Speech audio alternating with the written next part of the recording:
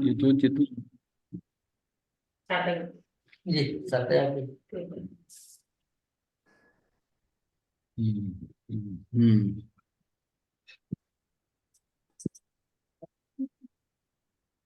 हो गया, ओके हो गया। उसी में ही जो विषय वो चल रहा है हमारा, कि अमूर्त आत्मा के साथ पौद्गलिक कर्मों का संबंध कैसे। तो आत्मा के साथ पौद्गलिक कर्म का संबंध कैसे, जो रस रहित हो, रूप रहित हो, गंध रहित हो, अव्यक्त हो, स्पर्श रहित हो, शब्द रहित हो, इंद्रियों के द्वारा जिसका ग्रहण नहीं हो सकता हो, सब प्रकार के आकारों से रहित हो, चेतना गुण से सहित हो, उसे जीव जानो। 5 प्रकार के रस, 5 प्रकार के रूप, 2 प्रकार की गंध, 8 प्रकार के स्पर्श, अनेक प्रकार के शब्द, और ये जो है गोल चकोर त्रिभुज आदि त्रिविध करके 5 संस्थान पुद्गल में पाए जाते हैं, और मूर्त होने से उसका इंद्रियों द्वारा ग्रहण यहाँ जो आकार ये संस्थान है या आकार है? हाँ, ये वही वही उसके 5 प्रकार के आकार होते हैं ना, पुद्गल के 5 प्रकार के आकार होते हैं। आकारों से रहित हो, चेतना और गुण से सहित हो, उसे जीव जानो। और फिर यहाँ आ गया कि त्रिभुज के 5 संस्थान पुद्गल में पाए जाते हैं, मूर्त होने से उसी का इंद्रियों द्वारा ग्रहण ज्ञान होता है, परंतु जीव उसमें भिन्न है, उसका एक चेतना की असाधारण। मतलब आकार जो है ना, वो पुद्गल के आकार, मतलब उनके आकार के हिसाब पर से यहाँ तो आत्मा की बात कर रहे हैं ना। सब प्रकार के आकारों से रहित हो। रहित होने का मतलब है कि निराकार हो गया हाँ, ये रस रहित, रूप रहित सारी। तो है, फिर इस आत्मा निराकार है। हाँ नहीं, वो निरा सब प्रकार के आकारों से रहित हो और चेतना गुण सहित। हाँ, सब प्रकार के जो 5 प्रकार के आकार है, इनसे रहित है। उसका आकार वो अपना है जो भी है, दूसरे आकारों से नहीं। अब शब्दों में अटकोगे तो वहीं नहीं, अटके शब्दों में जाओगे। नहीं, हाँ, जब लिखा हुआ आकार है ना, लिखा लिखा जब लिखा जाता है, भाव होते हैं, एक एक चीज ऐसा नहीं करते। उसका जब हमें समझ नहीं आ रहा तो तभी तो पूछ रहे नहीं हैं। नहीं, ये आपको समझ आ रहा है, आपको समझ नहीं आ रहा है ये नहीं मैं समझता। नहीं आ रहा। आपको समझ आ रहा है, लेकिन आपने बताना है कि ये नहीं है। ठीक तो है। मतलब गुरु जी के कहने का मतलब है 5 प्रकार के आकारों में तो नहीं है ना ये। 5 बजे आकार में और कौन से आकार होते हैं? सब प्रकार के सब जितने, प्रकार के आगे ना। हाँ सब प्रकार के, मतलब ये 5 प्रकार जितने आकार हैं, समझ लो हाँ जी। आकार है, उनसे रहित, हाँ, तो फिर आकारों निराकार ही से होगा। रहित हो, चेतना गुण सहित हो। भाव की है भाव, हाँ, तो उसमें शायद भाव भी आ गया। शायद भाव को तो थोड़ी टच करता है। तो भाव जो है 5 प्रकार के, वो अब क्यों, अंत भावों में का भाव इससे कोई लिखा मतलब नहीं है। बात तो वो पुद्गल की प्रॉपर्टीज है, रस रहित हो, रूप रहित हो, गंध रहित हो, अव्यक्त हो मतलब अमूर्त है। अव्यक्त हो मतलब दिखाई नहीं दे रहा, स्पर्श रहित हो, शब्द रहित हो, इंद्रियों के द्वारा जिसका ग्रहण नहीं हो सकता हो, सब प्रकार के आकारों से रहित हो, तो कोई ये इसकी शेप। आकारों से रहित हो गया, फिर तो निराकारी होगी आत्मा। हाँ, निराकार मान लो ऐसे ही, जब दिखाई नहीं दे रहा अमूर्त है, ऐसे ही मान लो निराकार का। वो जो उसका है ना, वो अमूर्त तत्व है। अमूल का भी एक हाँ, अपना प्रतिशत हाँ, तो है ना। हाँ है। आकारों से रहित हो और चेतना गुण सहित हो, उसे जीव जानो। उसका कोई स्पेशल आकार तो है नहीं है। 5 प्रकार के रस, 5 प्रकार के रूप, 2 प्रकार की गंध, 8 प्रकार के स्पर्श, अनेक प्रकार के शब्द, गोल चकोर त्रिभुज आदि विविध प्रकार के 5 संस्थान पुद्गलों में। ये जो है 5 संस्थान पुद्गलों में जैसा है, ये क्या है कि ये उसकी प्रॉपर्टीज है। इसको यहां से ये समझना है कि उसमें ट्रायंगुलर है, ये है जो हमारी शरीर के अंग बन रहे हैं, जो शरीर बनता है जैसे, उसमें पाए जाते हैं। ये किसमें, इसमें पाए जाते हैं पुद्गल। मूर्त होने से उसमें इंद्रियों द्वारा ग्रहण ज्ञान होता है। तो इसमें क्या, मूर्त होने से ये सारा मूर्त हो गया, ये सारे संस्थान पाए जाते हैं हमारे अंदर। हमारे जो अंग बनते हैं, शरीर के अंग बनते हैं, नसें बनती हैं, ये बनती है, परिमंडल आकार का है, वो सारी वैरायटी है। उस भोजन में से निकलते हैं। माता जो भोजन खा रही है, उस भोजन में से कौन सा पुद्गल कहाँ लगना है, वही अंग बनाएगा। अब स्किन बन रही है तो छिद्र वाले चाहिए, इसका मतलब ये परिमंडल है सारे, बीच में सुराख है, परिमंडल हो गया। चूड़ी का आकार है, अब चूड़ी तो नहीं है नजर आती, पर ये चूड़ी का आकार है, परिमंडल। जहाँ नैन नक्श तीखे शेप बन रही है, उसमें ये नासिका के अंदर बन रही है, तो ये सारे परिमंडल आकार के हैं। हाँ, सारी मतलब ये वैरायटी है, उसी में ये आकार है, उसके आकार है। और फिर इसमें किसी में 23 परमाणु से बनता है, कोई 7 परमाणु से, कोई 5 परमाणु से। है तो बेसिक वही एलिमेंट है, लेकिन वो उस भोजन में इसी उस आकारों के बनकर उसने रिसीव करना, उसके आकार रिसीव करने। तो ये, अब उससे उससे जो उसकी बॉडी, हाँ, अनिखंत आता है। हाँ अनिखंता में इसमें नहीं आएगा। हाँ, तो इसमें तो उसके स्पेशल पर है, उसके आकार हैं, उसके आकार हैं। तो जितने पुद्गल हैं उनके आकार होंगे। ये 5 स्थान पुद्गल में पाए जाते हैं, ये पुद्गल में पाए जाते हैं। है तो ये परमाणु, उनकी संख्या का वेरिएशन करके, संख्या का वेरिएशन करके उस हिसाब से बन जाता है। ट्रायंगुलर है तो उसमें आता है 3 को जुड़ेंगे, 3 जुड़ेंगे, 7 जुड़ेंगे, 6 का 3 रखे, 2 रखे, 1 रखा ऊपर, ट्रायंगुलर बन गया। ऐसे इस तरह कई कई वेरिएशन है इसमें, कई वेरिएशन। और कितने आकार हैं, साइज भी छोटे बड़े उसके, लेकिन मेन संस्थान 5 है।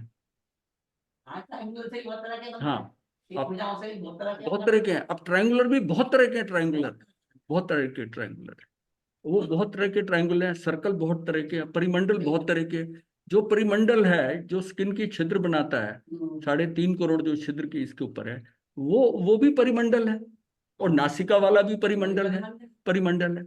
और आंखों की ये इसका बना ये भी परिमंडल है। अब कितने आकार हैं, कितने आकार हैं, ये सारे आकार हैं। उस आकारों से ही समझ, देखिए जो भाव होते हैं समझाने के होते हैं ना, सारे शब्दों में प्रॉपरली नहीं आते। इशारे हैं। हाँ, ये शब्द को अगर पढ़ के पकड़ोगे तो उतना ही नहीं है, शब्द को पकड़ना ही नहीं है, उसको भाव समझ लेना। नहीं तो ये लिख के किताब में जैसे होता है ऐसे हो, जो बताया जा रहा है तो उसको समझना है। लिखने वाला जो लिख रहा है वो पता नहीं भाव क्या थे, वो लिख क्या रहा है, लिख क्या रहा है। महाराज जी यही 5 इंद्रियों के 240 विकार हैं, हैं? यही हाँ, वो 240 विकार हैं जो 5 अलग प्रकार चीज के है। रस, वो इंद्रियों 5 के, वो इंद्रियों के 5 जो है, उसके 5 विषय जो है, 23 विषय जो है, 5 इंद्रियों के 23 विषय और 240 विकार, वो अलग है। 240। अच्छा ये वही। 240 तो विकार अलग है उसके, वो विकार अलग है। ये जो है ना, उसकी शेपिंग जो हो रही है, विविध प्रकार के 5 संस्थान पुद्गलों में पाए जाते हैं। अब 5 का मतलब 5 नहीं है, ये तो सभी प्रकार के आकार आ जाएंगे। कोई बड़ा ट्रायंगल है, कोई छोटी ट्रायंगल है, कोई बहुत छोटा सा है, वो शरीर सारा बन रहा है शरीर। इसमें का एक आया विशेषण अलिंग ग्रहण। हाँ अलिंग ग्रहण में सब समाज। हाँ, तो ये देखो, ये सिलेक्शन कोई करता नहीं है। जब आदमी कहता है कर्ता भाव लाता है, तो कर्ता भाव में क्या तूने अपना शरीर बनाया, क्या माता ने सोच के बनाया, क्या उसने बनाया, किसी ने नहीं बनाया, वो उसने ही बनाया। उसका नामकरण था, पर्याप्तियां थी, उसके हिसाब से सारा कॉम्बिनेशन बनता है। लेकिन किसी में कोई गड़बड़ नहीं होती, जिसकी गड़बड़ होती है उसमें कोई ना कोई प्रॉब्लम होती है। किसी की 5 उंगली की बजाय 6 उंगल होगा, पर बहुत रेयर जो है। विकार, विकार अगर है, कषाय है, कषाय के तरंगे हैं, हाँ तो मन पर्याय ज्ञानी को नजर आ जाती है। हाँ, विकार की अभिकार की, क्योंकि जो जो हम जब भाव करते हैं ना, हाँ, भाव का आकार भी होता है, हाँ, उसका वर्ण भी होता है, हाँ, वर्ण भी होता है। उसको उसको देखकर उसको समझ आती है वर्ण से कि ये व्यक्ति किस भाव का है। इसका मतलब भाव या विकार पौद्गलिक है। भाव कैसे पौद्गलिक होंगे, भाव कैसे पौद्गलिक, जब भावों की तरंगे हाँ, मन पर्याय ज्ञानी को भाव नजर करता है, हाँ। लेकिन वो जो पौद्गलिक जो है बाहर से जो लेता है, जैसे कर्म जो हो जाती है, उसके आकार बनते हैं। आती मन पर्यय ज्ञान जो है, हाँ। मन पर्यय ज्ञान में वो आकार जो है, वो तो है तो पौद्गलिक ना, पौद्गलिक ही है ना। पौद्गलिक है, तो पौद्गलिक पौद्गलिक है, लेकिन है वो। भाव से मत जोड़ो उसे, हम भाव से नहीं जोड़ते, भाव से नहीं जोड़ रहे। तरंगों से जोड़ते। मतलब जिस तरह का व्यक्ति है, जिस तरह के वो भाव रखता है, हाँ, उसके बाहर के मंडल के अंदर, आभा मंडल के अंदर वो उस तरह के रंग आ जाते हैं, जिससे पता चलता है। इसका मतलब भावों के अनुसार रंग भी है, रंग भी है। जैसे लेशिया को हम जैसे कहते हैं, लेशिया, क्योंकि लेशा समझो एक तरह की, हाँ, वो लेशा को पकड़ता है। कार भी है। आप क्या सोच रहे हैं, आप कार के बारे में सोच रहे हैं, तो कार की शेप बनेगी, पर मॉडल नहीं बनेगा। कि कौन सा मर्सिडीज सोच रहा है कि BMW सोच रहा है, ये नहीं पता चलेगा। और फिर उसमें क्वेश्चन होता है, भगवान ने कि पूछा क्या आप ऐसा सोच रहे हो, क्या आपके ऐसे भाव हैं, मतलब क्योंकि मन पर विज्ञान के अंदर क्लैरिफिकेशन चाहिए होता है, क्योंकि उसमें जो है ना आकृतियां, आकार आ रहे हैं, आकार आ रहे हैं। मतलब विकार जो है, विकार और भाव, ये खुद में पौद्गलिक है या नहीं है, लेकिन इनकी पौद्गलिक शेप बन जाती है। शेप बन जाती है, शेप बन जाती है। ये निष्कर्ष। जैसे एक माता है, रो रही है और बच्चे को याद कर रही है, उसके बच्चे की मृत्यु हो गई, तो उसके भावों को जब उसको रिकॉर्ड किया गया, तो बच्चे की छवि साथ आ गई, बच्ची की छवि भी साथ आ गई। तो बच्चे के बारे में भी सोच रही है। ऐसी एक तोते के बारे में है, कि अपने वो पेट जो तोते के बारे में सोच रही थी पिंजरे में, वो उसकी पिक्चर भी आ गई। ये फ्रांस के अंदर एक उसने कैमरा ऐसा बनाया था कि जो इस व्यक्ति इस टाइम सोच रहा है, क्या सोच रहा है, उसमें जो सोच रहा है उसकी फोटो भी आ गई, हाथी। उसकी फोटो भी आ गई। इसका मतलब जो मन पर भी ज्ञानी होते हैं उनको तो सब देख के नजर आ जाता है ना कि इसके भाव क्या चल रहे हैं।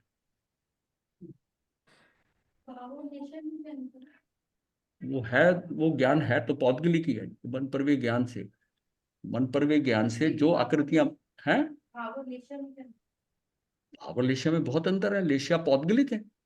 लेशिया पौद्गलिक है ना? पौद्गलिक है, हाँ पौद्गलिक थी। भाव पौद्गलिक नहीं है। भावों के अनुसार लेशिया है उसकी, भावों के अनुसार लेशिया है। अच्छी लेशिया वाला व्यक्ति वही चीज सोच रहा है, वो जो पुद्गल ले रहा है, वो जो आकृति जो उसकी बनेगी उसका रंग और होगा।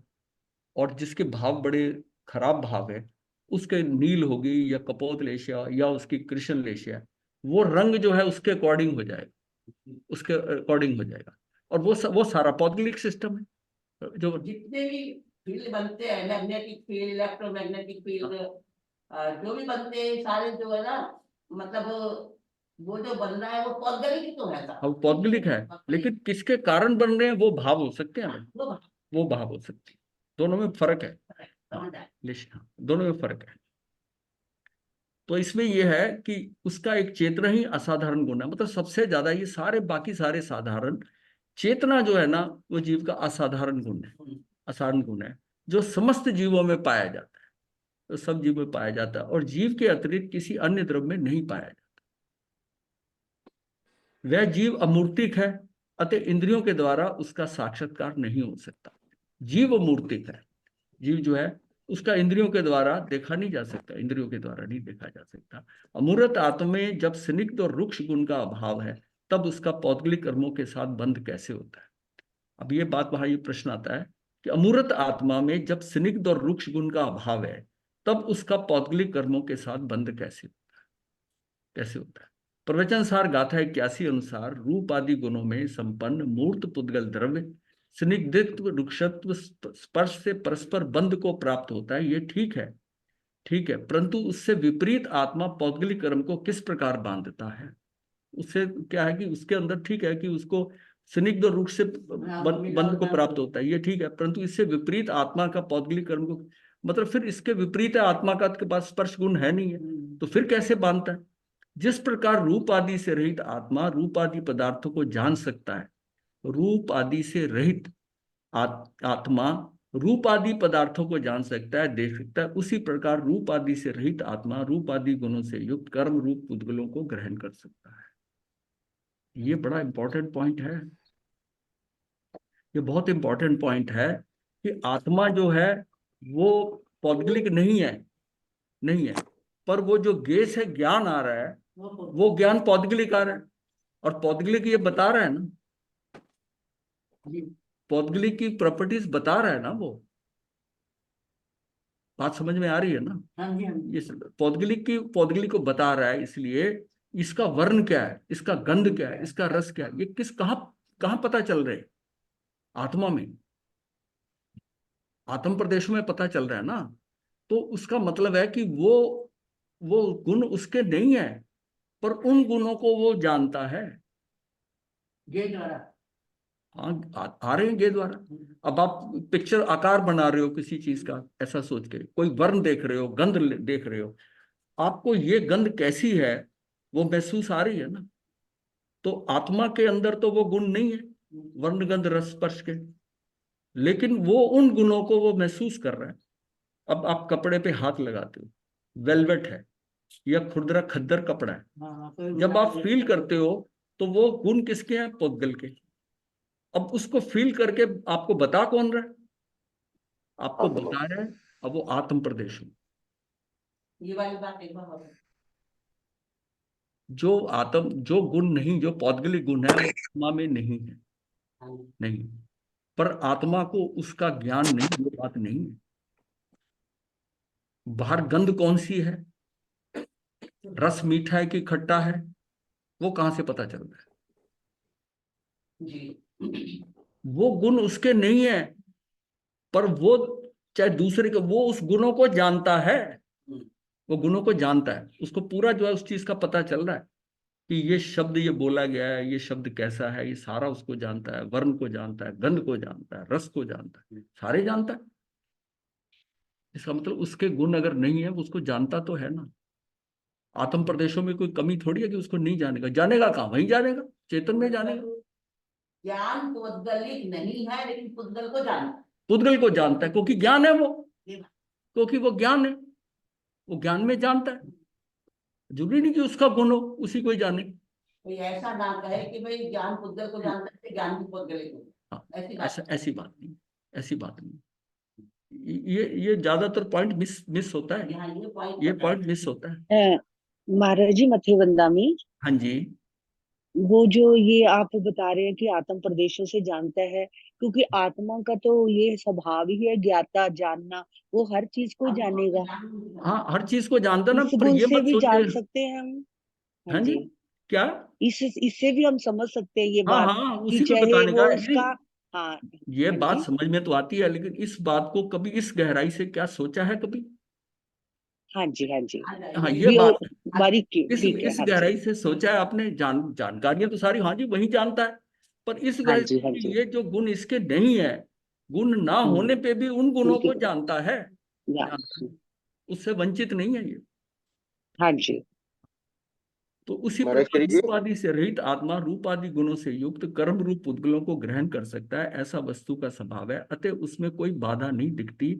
अथवा इसका भाव इस प्रकार समझना चाहिए कि जैसे कोई बालक मिट्टी के बैल को अपना समझकर देखता है, मिट्टी का बैल बनाता है और उसको अपना कर देखता है, जानता है, परंतु वह मिट्टी का बैल उस बालक से सर्वथा जुदा है, वो अलग है, जुदा है। जुदा होने पर भी यदि कोई उस मिट्टी के बैल को तोड़ देता है तो वह बालक दुखी होता है, वो उससे जुदा है, लेकिन वो जुड़ तो गया ना, उससे जुड़ गया तो दुखी होता है। यदि कोई ग्वाला सचमुच के बैल को देखता है और जानता है, परंतु वह उस बैल से सर्वथा जुदा है, परंतु यदि कोई उसका बैल चुरा लेता है या नष्ट कर देता है तो वो ग्वाला दुखी होता है, वो भी दुखी होता है, वैसे ही दुखी होता है।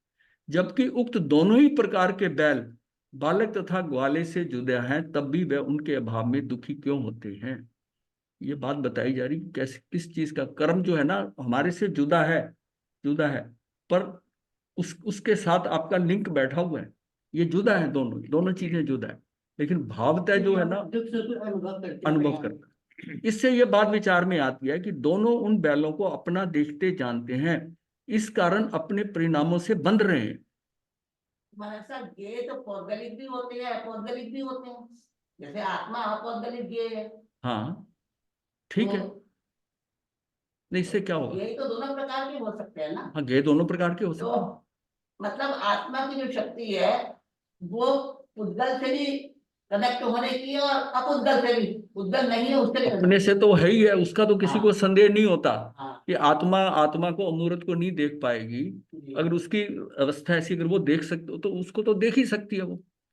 आत्मा का जब साक्षात्कार होता है तो वो आत्मा ही आत्मा को देखती है ना, आत्मा ही आत्मा को देखती है। इंद्रियों से देख आत्मा नहीं देखा जा सकता, हाँ जी। लेकिन आत्मा से आत्मा देखा जा सकता है। ये स्वयं अनुभव में आती है तभी बात है ना, इसमें कोई उसको दिखा नहीं सकता, उसके स्वयं अनुभव में आएगी, आ जाएगी, जिसमें वो आत्मा से आत्मा को देखेगा, जिसको हम ये कहते हैं कि उसने अंतर चक्षुओं से देखा। अंतर चक्षु क्या है? वो उसके आत्मा की है। अंतर चक्षु कह दिया तो जिसमें देखने में आ रहा है। सारा ज्ञान होता है आत्मा में जो होता है, कौन किस तरह कैसे हो रहा है, कैसे हो रहा है, सारा ज्ञान आत्मा में तो है। आत्मा में तो कोई ज्ञान की कमी नहीं है, लेकिन है कि कितना उसका आवरण हटा हुआ है उस हिसाब से ही है ना। जिसका आवरण जो है केवल ज्ञानी है, उनको सब कुछ झलकता है, सब कुछ झलकता है उसके अंदर। तो उनका ज्ञान बैल के निमित्त से तदाकार परिणित हो रहा है, इसे झलकता कहाँ है? हाँ, झलकता कहाँ है? झलकता शब्द इसी में झलकता है, दिखता नहीं है, दिखता वो नहीं है, देखते नहीं है, झलकता है। जानते नहीं, हाँ, झलकता है, जानने के शब्द को वहां झलकता है। झलकता है, झलकता है। जैसे कि मिरर के अंदर, शीशे के अंदर जो पिक्चर है, प्रतिबिंब आता है, वो भी तो झलकता है ना, स्वतः स्वतः स्वतः झलकता है। बिना प्रयास। हाँ, ये शब्द अप्रोप्रिएट शब्द है, झलकता बहुत है। गहरी बात। हाँ, झलकता है। परस्वरूप बैलों से संबंध का व्यवहार आ जाता है। इसी प्रकार इस आत्मा का कर्म रूप उद्गल के साथ कुछ संबंध नहीं है, परंतु अनादि काल से एक क्षेत्र वगा ठहरे हुए पुद्गलों के निमित्त से जीव में राग द्वेष भाव पैदा होते हैं। इन्हीं के कारण ये कर्मों का बंध करने वाला कहलाता है। ये उससे जुदा है, जैसे बच्चे से बैल जुदा था मिट्टी का, ग्वाले से वो बैल जुदा था।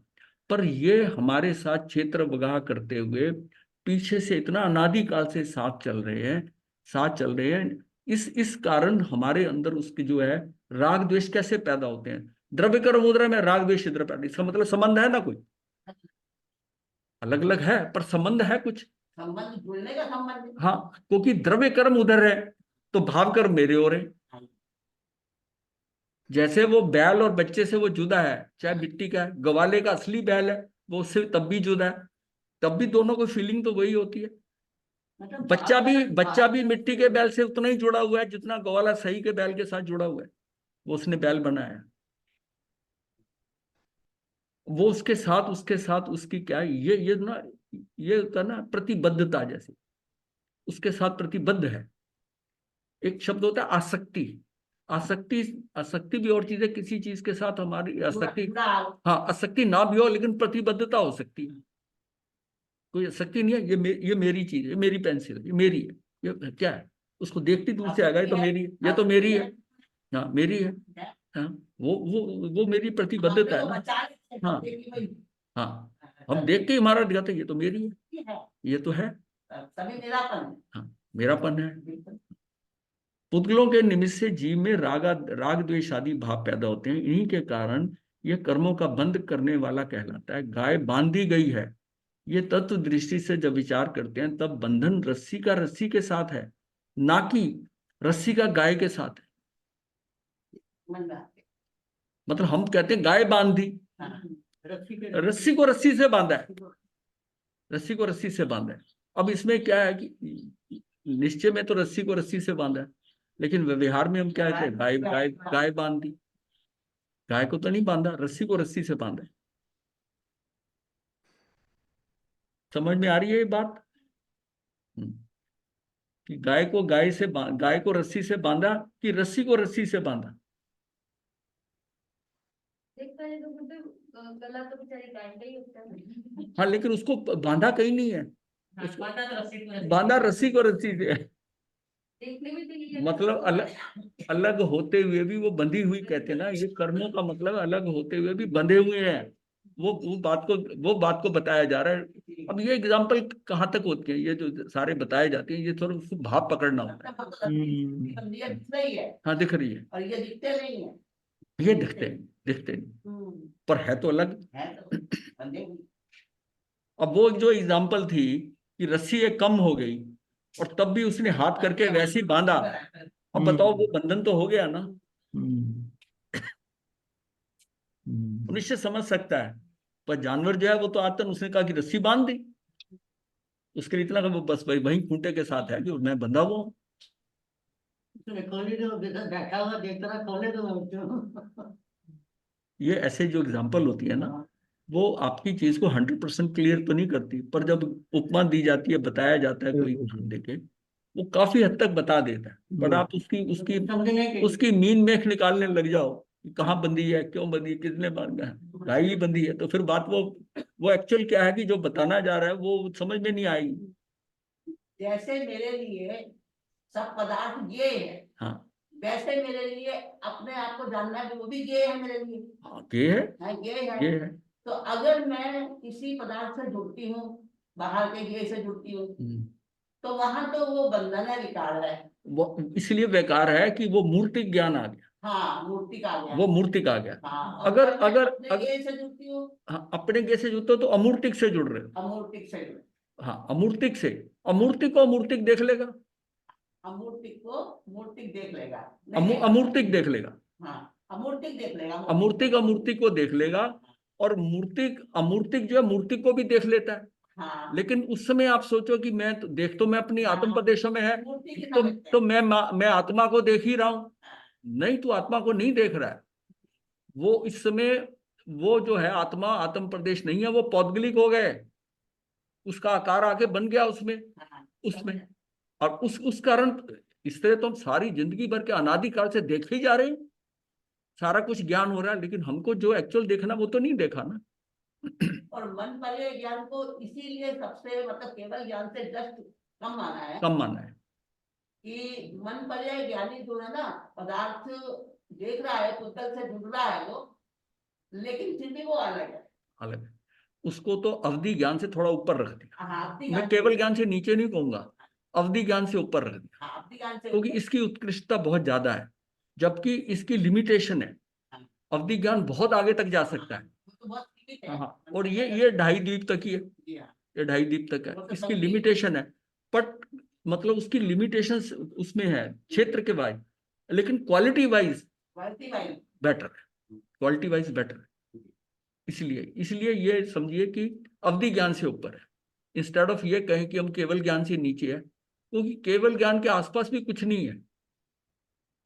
और मन पर्याय ज्ञान का कोई है ही नहीं है जरूरी। कुछ नहीं। और ये जरूरी नहीं कि हो, अवधि ज्ञान से भी सीधा ऊपर जा सकता है, हाँ, ऊपर जा सकता है, और हम अवधि ज्ञान भी करता है। जा सकता है। अच्छा, ये हो गया था। हाँ, इसी प्रकार नवीन कर्मों का संबंध आत्मा के एक क्षेत्र वगा में स्थित पुरातन कर्मों के साथ ही होता है, ना कि आत्मा के साथ। फिर भी आत्मा बद्ध कहलाता है। उसका भी कारण यह है कि जब तक पुरातन कर्मों के साथ नवीन कर्मों का संबंध जारी रहता है, तब तक आत्मा स्वतंत्र नहीं रह सकता। बस वो क्या आते रहेंगे, कर्म बनते रहेंगे। इन दोनों में ऐसा ही निमित्त नैमित्तिक संबंध है। ये एक्चुअल क्या है कि कर्ता कर्म संबंध नहीं है। कर्ता कर्म संबंध में तो वही द्रव्य होना चाहिए, एक ही द्रव्य होगा। एक ही द्रव्य होना चाहिए, उसी में ही कर्ता होगा, उसी में ही कर्म जो होगा, वो कर्ता कर्म जो होगा उसमें आएगा, उसमें बनेगा।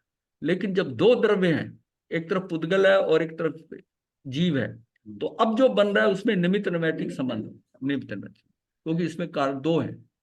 तो ये हमने कुम्हार को लेकर बहुत अच्छा डिटेल में डिस्कस किया हुआ है कि कुम्हार जो है वो निमित्त बनता है। मिट्टी घड़ा बनती है, ये कर्ता कर्म है, कर्ता कर्म है, या उपादान उपादेय कहते हैं। हाँ, मेन उपादान तो मिट्टी का ही है।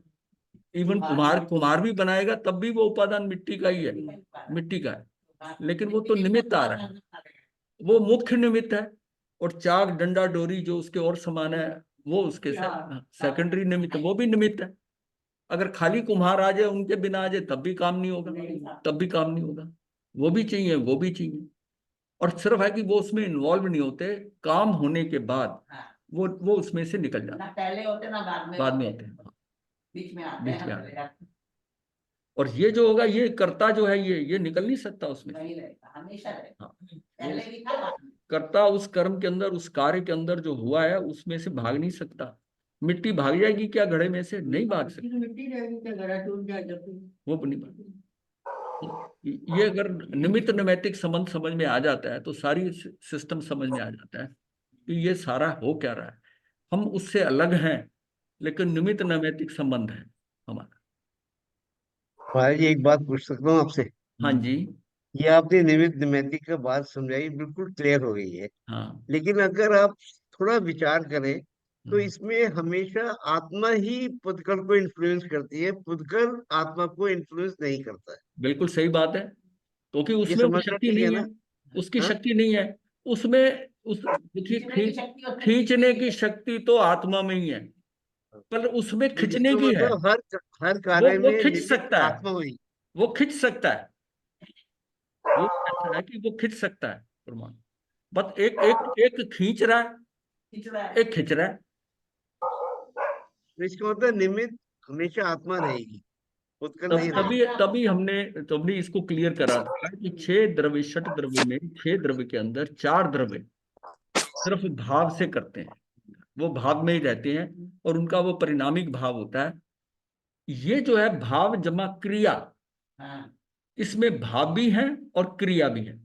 भाव पुद्गल के हैं जैसे, और क्रिया इसमें है भाव से।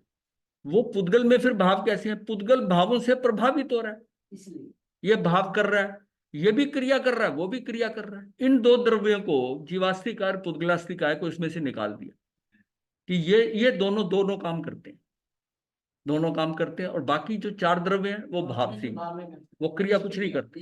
हाँ, निष्क्रिय, कुछ नहीं क्रिया। ना प्रभावित होते ना प्रभावित करते। हाँ, कुछ नहीं करते, कुछ नहीं करते। यही दोनों खेल कर रहे हैं। ये तो मैं खेल करते हैं। अच्छा, ये भी बात है कि ये एक दूसरे का कुछ करते नहीं है। हाँ ये भाव करता है, वो चल के आ जाता है, वो आता है, खुद ही आता है, खुद ही आता है, खुद ही वो कर्मों के अंदर कन्वर्ट होता है, खुद ही उसके साथ लगता है। उसमें जीव का कोई कार्य नहीं है, क्योंकि एक द्रव्य दूसरे द्रव्य का कुछ कर नहीं सकता, कुछ कर नहीं सकता। उसका निमित्त नैमित्तिक संबंध बन सकता, बस। निमित्त तो कोई बन ही रहा है ना। हम भी जो प्रभावित हो रहे हैं, हम कहते हैं इसने मुझे गुस्सा दिलाया, इसने ये करा, वो इसलिए कि वो निमित्त है। और निमित्त को हम दोषारोपण कर देते हैं निमित्त के ऊपर, क्योंकि हम समझते हैं इसने करा सारा काम। खेल तो सारी अपनी उपादान की है ना। यही गलती करते हैं ना। उपादान में क्या था? तेरा पानी अंदर का कुएं का साफ होता तो जितनी मर्जी बाल्टियां डालता वो स्वच्छ ही पानी निकलता। अब तेरा पानी में गड़बड़ है, पानी तेरा खराब है, और तू बाल्टी डालने वाले को दोष दे रहा है, बाल्टी वाले को दोष दे रहा है कि तो पानी गंदा है ना, तो उसका दोष बाल्टी के ऊपर है।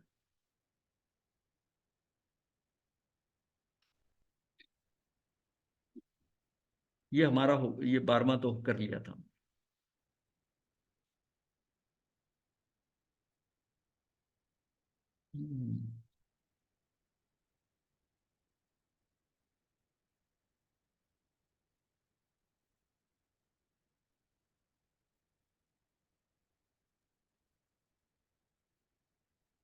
ज्ञान से ज्ञायक तक पहुंचना,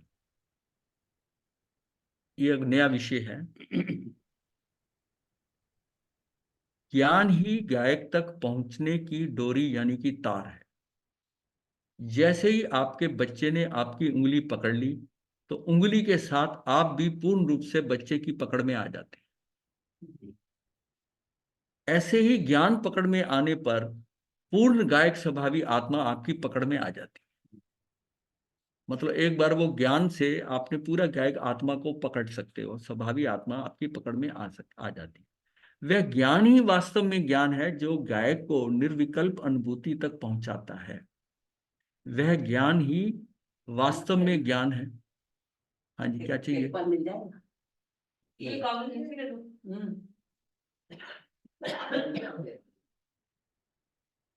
बाद में निकल जाती है। वह ज्ञान ही वास्तव में ज्ञान है जो गायक को निर्विकल्प अनुभूति तक पहुंचाता है। गुण से गुणी एवं अंश से अंशी की प्रतीति और प्राप्ति तक पहुंचना ही स्वयं संवेदन अर्थात प्रत्यक्ष आत्म अनुभूति है। अंश से अंशी की प्रतीति और प्राप्ति तक पहुंचना ही सर्व संवेदन अर्थात प्रत्यक्ष आत्म अनुभूति है। यद्यपि मैं द्रव्य स्वभाव से अनादि अनंत शुद्ध गायक भाव। अच्छा, ये भी एक पॉइंट होता है कि हम कहते हैं कि हम मतलब सदा ही शुद्ध है, आत्मा सदा ही शुद्ध है, आत्मा सदा ही शुद्ध है, पर यह गारंटी नहीं है कि इसका परिणमन सदा शुद्ध होता है। ये बात बड़ी फंडामेंटल चीज है। शुद्ध होना एक अलग बात है, उसका परिणमन सदा शुद्ध होता है ये जरूरी नहीं है, जरूरी नहीं है। जब हम कहते हैं विभाव में जाकर, हाँ, उसका परिणमन कैसा भी हो सकता है, पर है शुद्ध वो। जिस निमित्त को देखता, किसी को देख के रास्ता छूटता है ना उसका, वो है तो शुद्ध है, लेकिन उस टाइम रास्ता भटकता किसी ऐसे व्यक्ति को करके, ऐसा निमित्त देखकर वो विभाव में चला जाता है। तो फिर ये बात होती है, जब वो सदा ही शुद्ध है तो फिर ये क्यों आया? वो सदा ही शुद्ध है, उसका स्वरूप शुद्ध है, बट उसका परिणमन जो है वो तो हमेशा शुद्ध नहीं होता। ये मान के चलो कि ये नहीं कि जरूरी शुद्ध ही होगा उसका परिणमन। वह ज्ञानी वास्तव में ज्ञान है जो गायक को निर्विकल्प अनुभूति तक पहुंचाता है। गुण से गुणी एवं अंश से अंशी की प्रतीति प्राप्ति तक पहुंचना ही स्व संवेदन अर्थात प्रत्यक्ष आत्मानुभूति है। मतलब गुण से हम गुणी तक पहुंच गए, यानी कि सत्ता, सत्ता से सत पर पहुंचना, सत्ता से सत पे पहुंचना। सत्ता क्या है? हालांकि कोई फर्क नहीं है दोनों, एक तरफ वो आत्मा कह रहे हैं हम, इधर आत्म प्रदेश है, आत्मा के प्रदेश है। आत्मा अलग नहीं है, उसको हम उधर की अंदर की दृष्टि से देख रहे हैं आत्म प्रदेशों को, तो आत्मा है। और इस दृष्टि से, इधर से अपनी दृष्टि से अगर सोचते हैं जो पौद्गलिक जैसे इधर से सोचते हैं जब है, तो भाई तब अपने को लगता है कि इसमें इसको हम कैसे देखते हैं, भेद रूप से देख रहे हैं। इस भेद रूप से कैसे 47 शक्तियां हैं, इसमें ये भी शक्ति है, इसमें ये भी शक्ति है। और उधर से देखते हैं तो आत्मा है, वो टोटल आत्मा को देख रहा है। सिर्फ हमारी देखने की दृष्टि ये है कि हम उसको सत्ता की तरफ से देख रहे हैं कि सत्य की तरफ से देख रहे हैं। उसकी सत्य की तरफ से तो द्रव्य नजर आएगा, आत्मा नजर आएगी। सत्ता की तरफ से देख रहे हैं लेकिन सत्य और सत्ता में कोई फर्क नहीं है। आत्मा कोई अलग नहीं है आत्म प्रदेशों से। और जिस समय आत्म प्रदेशों में कुछ नहीं बन रहा, कोई संकल्प विकल्प सारी निर्विकल्पता है, वो पूरा वैसा का वैसा अमूर्तिक है, उस समय आपको मतलब उस समय कार्य होता है, उस समय कार्य होता है। अगर वो कभी भी उसमें कुछ ना कुछ मूर्तिक बनता जा रहा है तो कब, हाँ हाँ, तो वो नहीं होगा, वो कभी नहीं पता चलेगा। वह ज्ञानी वास्तव में ज्ञान है जो गायक को निर्विकल्प अनुभूति तक पहुंचाता है। गुण से गुणी और अंश से अंशी की प्रतीति प्राप्ति तक पहुंचना ही स्वयं संवेदन अर्थात प्रत्यक्ष आत्म अनुभूति। आत्म अनुभूति क्या करेंगे कि गुण से गुणी को पकड़ेंगे, उस गुण से आत्म प्रदेशों को देखते हुए वो गुणी नजर आ जाए, उसके अंश से अंशी को जान जाएंगे। इसका मेन सोर्स क्या, उसको उसकी अनुभूति हो जाएगी। यद्यपि मैं द्रव्य स्वभाव से अनादि अनंत शुद्ध गायक भाव हूं, यानी कि त्रिकाली ध्रुव परमात्मा हूं, अर्थात एक समय के लिए भी अशुद्ध नहीं हुआ हूं, तो ऐसा शुद्ध होने पर पर्याय में संसार परिभ्रमण एवं दुख क्यों भोग रहा? भाई अगर मैं वही बात आ गई यहाँ पर कि एक समय के लिए भी शुद्ध नहीं हुआ, तो ऐसा शुद्ध होने पर पर्याय में संसार परिभ्रमण दुख क्यों भोग रहा जब मैं इतना शुद्ध हूं? अज्ञानी जीव स्वयं को पर्याय की अशुद्धता के कारण सर्वथा अशुद्ध मानता है। परिणामते इस मिथ्या मान्यता रूपी अपराध के कारण वह अनंत दुख भोग रहा है। अज्ञानी जीव स्वयं को पर्याय की अशुद्धता के कारण सर्वथा अशुद्ध मानता है।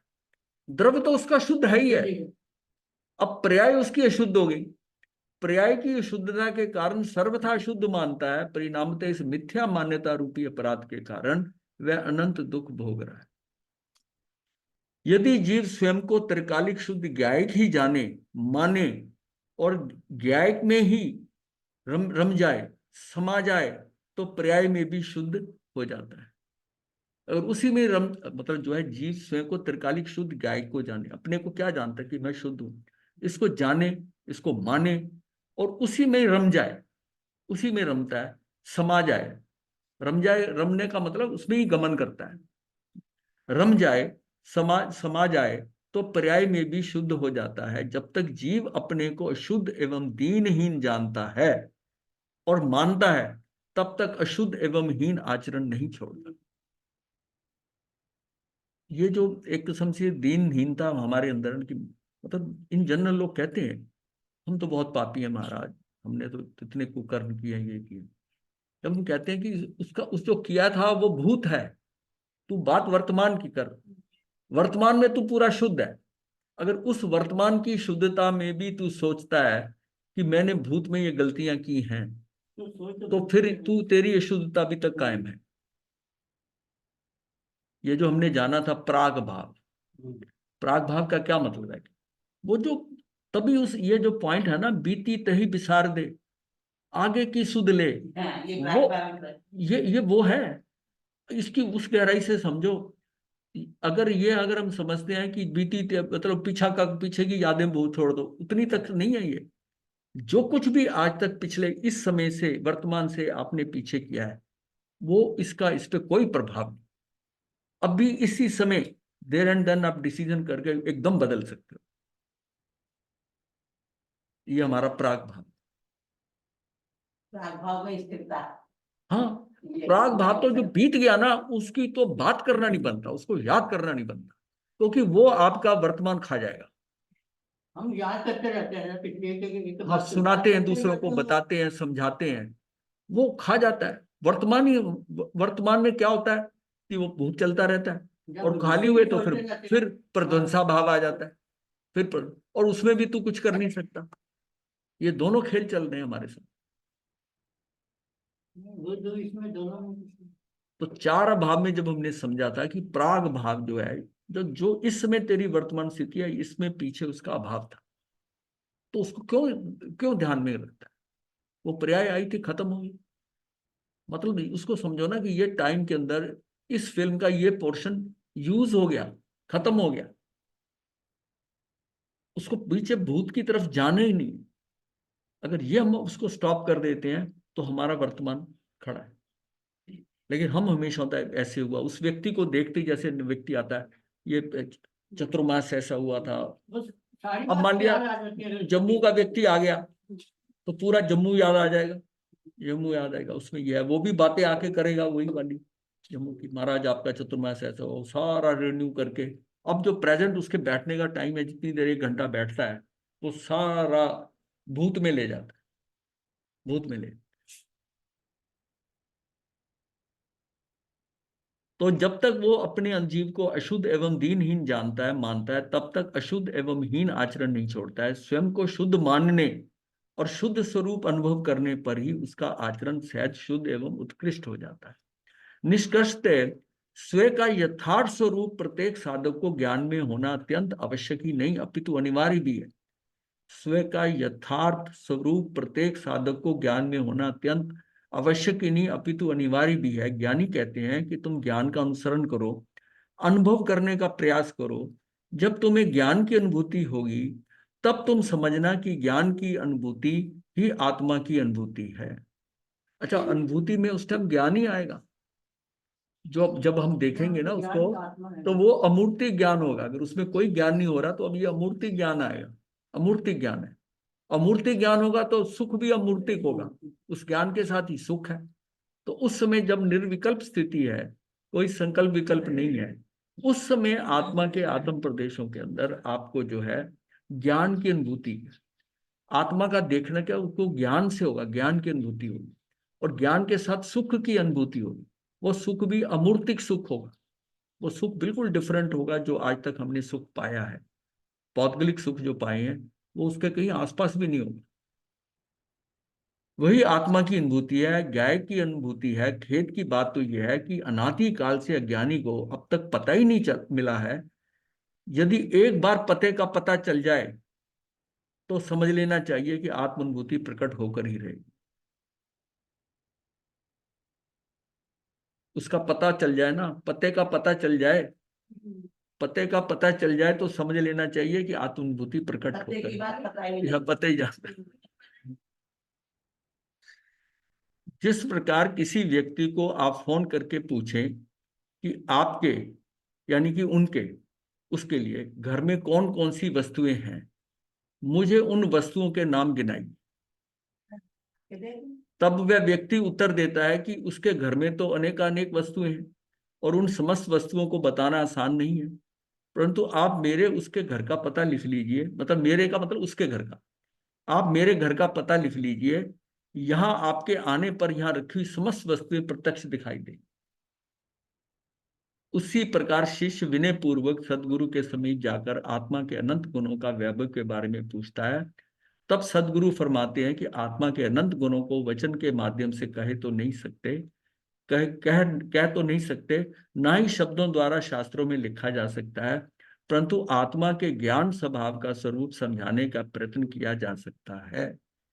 इतना समझ लो कि ज्ञान ही गायक आत्मा तक पहुंचने का पता है। तुझे इसका पता मिल गया कि ज्ञान के द्वारा ही तू वहां पहुंचेगा। करना तूने, पहुंचना तूने। जिस ज्ञायक भाव के ध्यान से अनंत केवल ज्ञानियों को केवल ज्ञान की प्राप्ति हुई थी, उस गायक भाव का यथार्थ स्वरूप प्रत्येक साधक के ज्ञान में होना अत्यंत आवश्यक ही नहीं अपितु अनिवार्य भी है।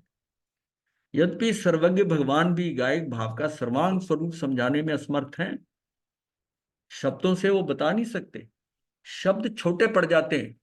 जो सीमा है, कोई व्यक्ति जो है ये चाहे कि कहते हैं कि शब्दों से सिद्ध शिला के सुख, मतलब सिद्ध गति के सुख, सिद्ध गति के सुख और निगोद के दुख बताए नहीं जा सकते, अवर्णनीय, अवर्णन ही नहीं कर सकते। वहां कितने दुख है, ये तो कहेंगे बहुत दुख है निगोद में, पर कितने बहुत दुख है, कितना है? निगोद का ये है, मतलब निगोद के नर्सगति किससे भी ज्यादा है, नर्सगति का नहीं है।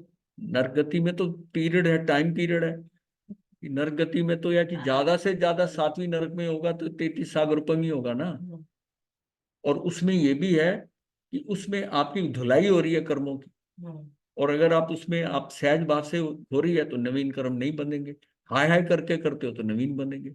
फिर भी आपके कर्मों का जो कर्म तो वो काटने ही थे वो हो रहे हैं। और यहाँ क्या हो रहा है, यहाँ तो कर्म ही बन रहे हैं, निगोद के अंदर है, यहाँ कर्म कट तो रही नहीं रहे ना। वो उसको भोग रहा है, और वहां निकलने का टाइम पीरियड कितना है देखो, निगोद में एक बार चला गया। इसीलिए ये जो व्यक्ति जब है ना ये मूर्छा में पड़े रहते हैं, और ये प्रगाढ़ निद्रा जैसी होती है, मूढ़ता, ये भी एक मूर्छा है, वो उसके कारण जो है ना जीव के चांसेस बहुत है निगोद में जाने के। इसीलिए ये जो लोग जब कभी कोई ड्रिंक करता है ये करता है, उसको समझाया इसी ढंग से जाता है कि आप नशा करते हो तो आप मूढ़ता में जा रहे हो, मूर्छा में जाना चाहते हो, तो आपकी गति भी मूर्छा वाली होगी ना। फिर आप यहां पर चैतन्य आपको मिला हुआ है, पर आप मूर्छित होना चाहते हो, तो फिर अगली गति आपकी मूर्छा वाली है ना। ये तो आप खुद खुद मांग रहे हो कि अपने आप को मूर्छित करके। ये जो ड्रग्स ले रहे हैं, जो नशा कर रहे हैं, जिनको भान नहीं रहता अपना, तो फिर उनके लिए वही जगह रह जाती है ना।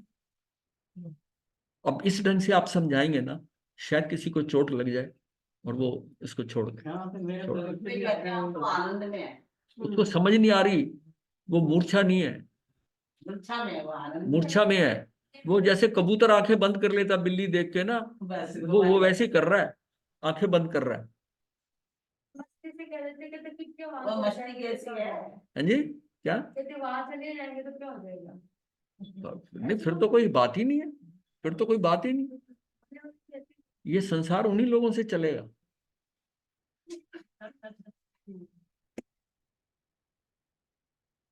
प्रत्येक आत्मा में ज्ञान है, वास्तव में ज्ञान ही आत्मा है, अभेद से एक और भेद से दो है। आत्मा में ज्ञान का होना आत्मा का स्वभाव, मतलब अभेद करते हैं तो वो एक है, ज्ञान ही आत्मा, आत्मा ही ज्ञान है। और वैसे आप बताते हो तो एक सत्ता है, एक सत्य है। आत्मा में ज्ञान का होना आत्मा का स्वभाव है, ज्ञान में आत्मा का होना आत्मा का पुरुषार्थ है। ज्ञान पर्याय में आत्मा का जाना जाए वही पुरुषार्थ है। ज्ञान पर्याय में आत्मा जाना जाए ये पुरुषार्थ है।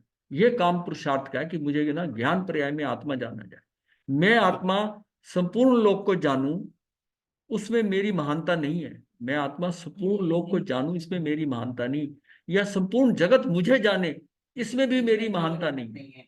मैं स्वयं को जानूं और पहचानूं, इसी में मेरी महानता है। ज्ञान से गाय तक पहुंचना ही आत्मा के अनंत वैभव की उपलब्धि है।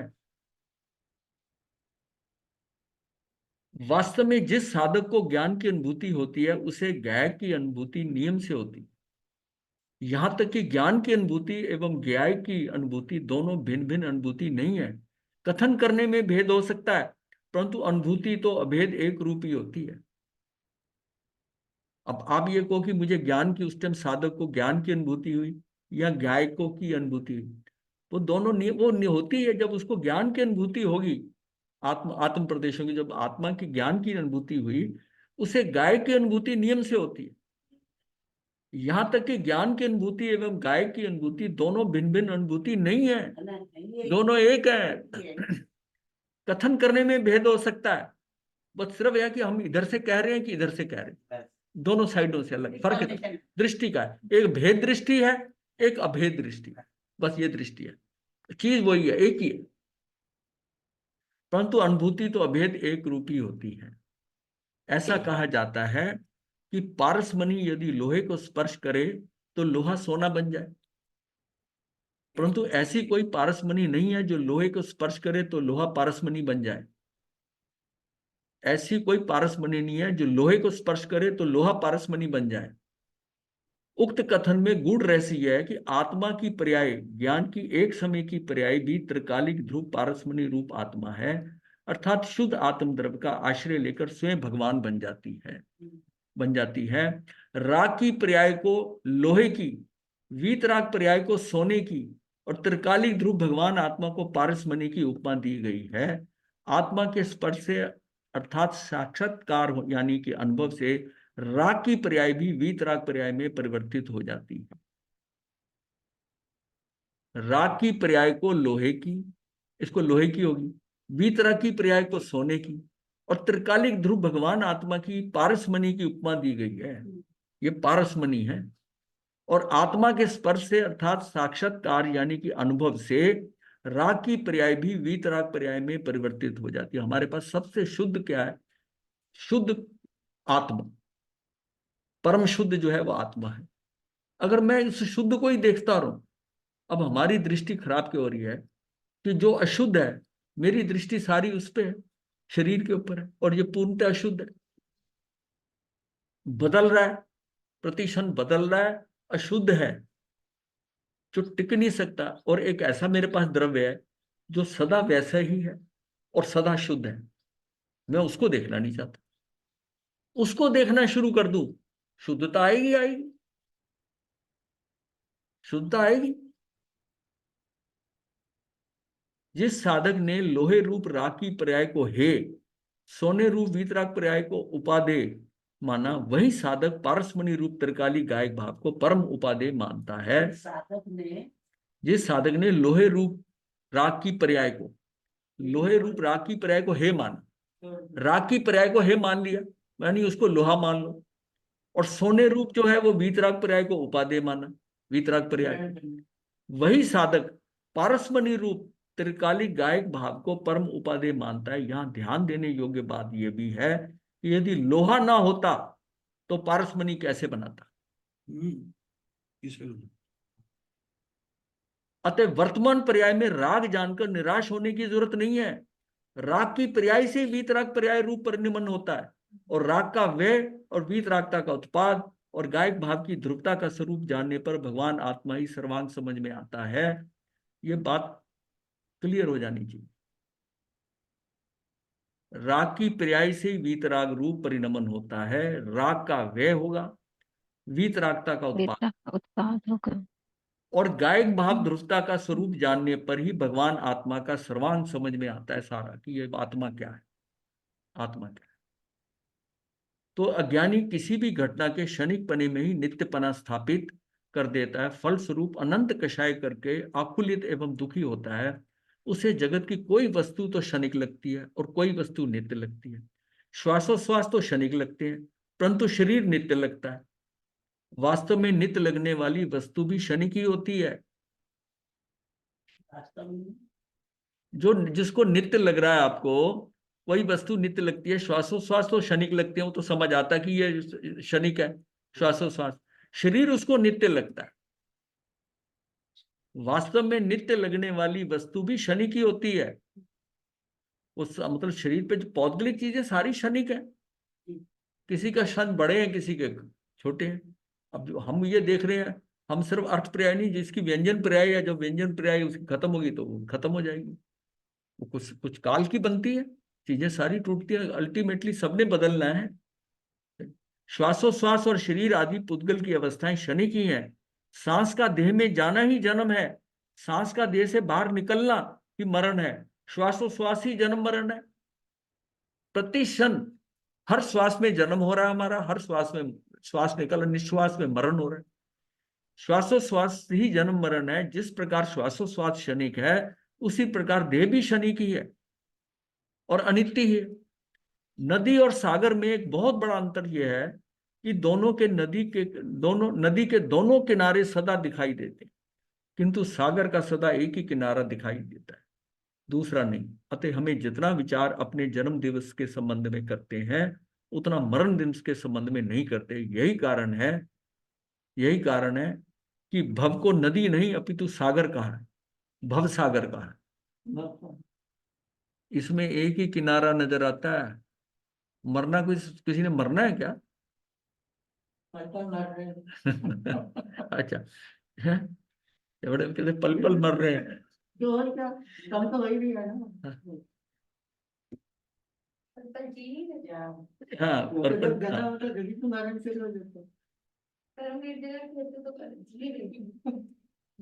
पल पल तो जी ग्रहण नहीं करते ना, तो ऐसे नहीं, असली तो पल पल जीना है।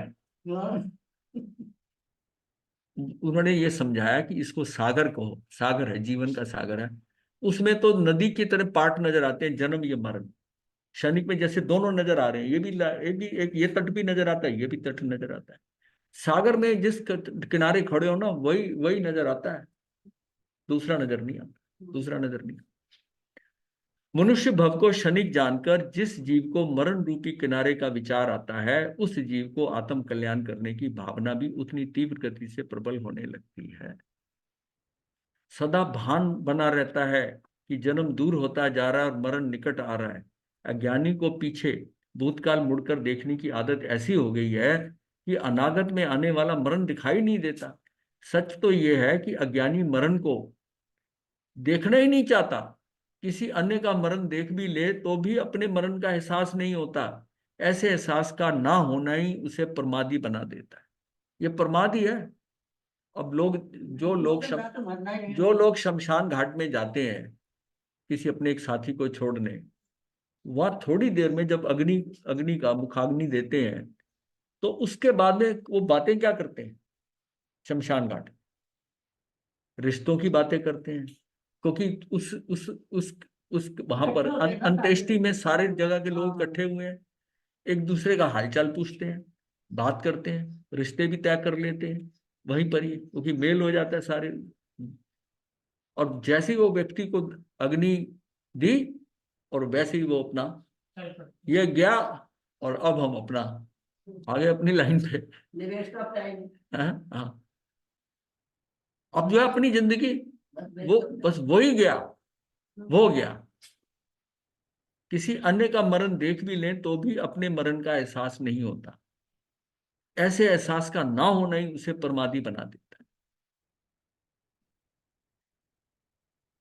और अगर हो भी जाता है, कुछ भाव के यों के ज्यादा देर रहते हैं, तो वो भी क्या है, वो शमशानी वैराग्य होता है। हम वो भी तो अपने हाथ में है, हाँ वो व्यवस्थित नहीं सकते हैं।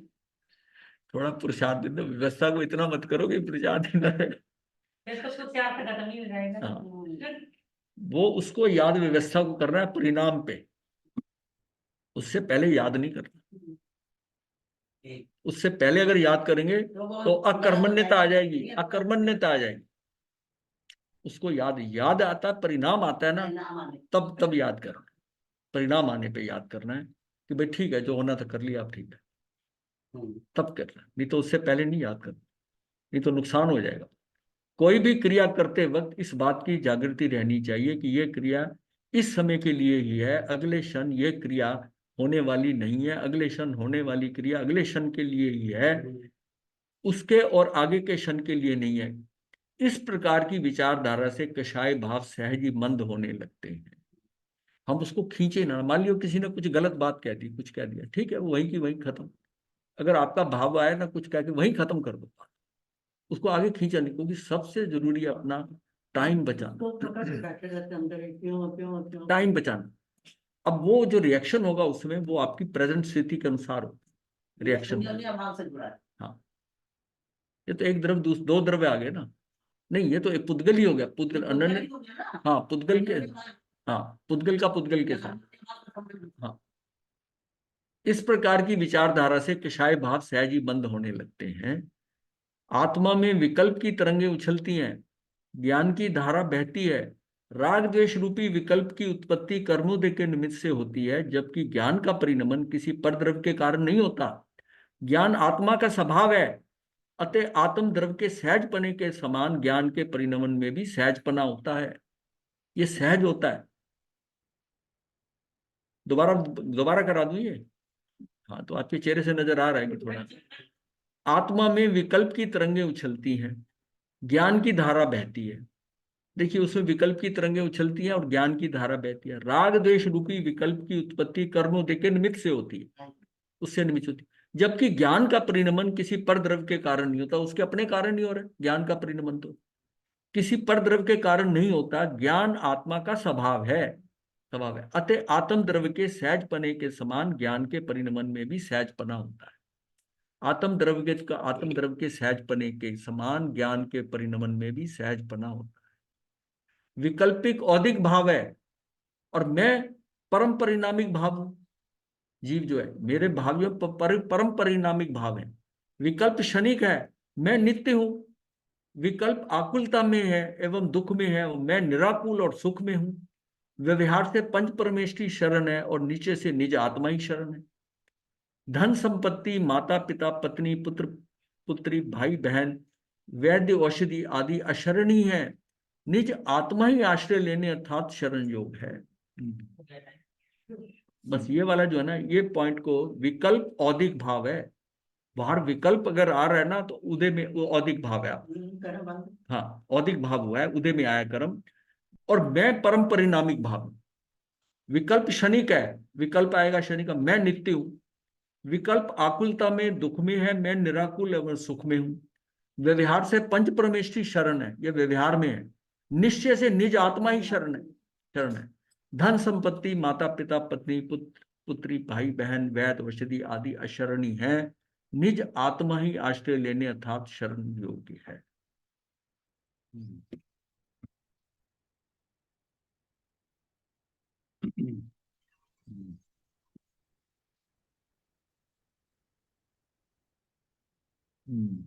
नमो अरिहंताय नमो सिद्धाय नमो आयर्याय नमो अर्थाय नमो लोये सत्ताहुन चतारि मंगलम अरिहंताय सिद्धा मंगलम साहु मंगलम केली पनतो धम्मो मंगलम चतारि लोकत्मा अरिहंता लोकत्मा सिद्धा लोकत्मा साहु लोकत्मा केली पनतो धम्मो लोकत्मा चतारि शरण कवचमी हरिहंते शरण कवचामि सिद्धे शरण कवचामि साहु शरण कवचामि केवली अनर्थम धम्मम शरण कवचामि हरिहंता जी का शरण सिद्धा जी का शरण साधुओं का शरण केवली कृपया जय धर्म का शरण चार शरण सुख करने मंगल करने सदा ही मंगल। मथेन बदनामी गुरुदेव। हाँ जी।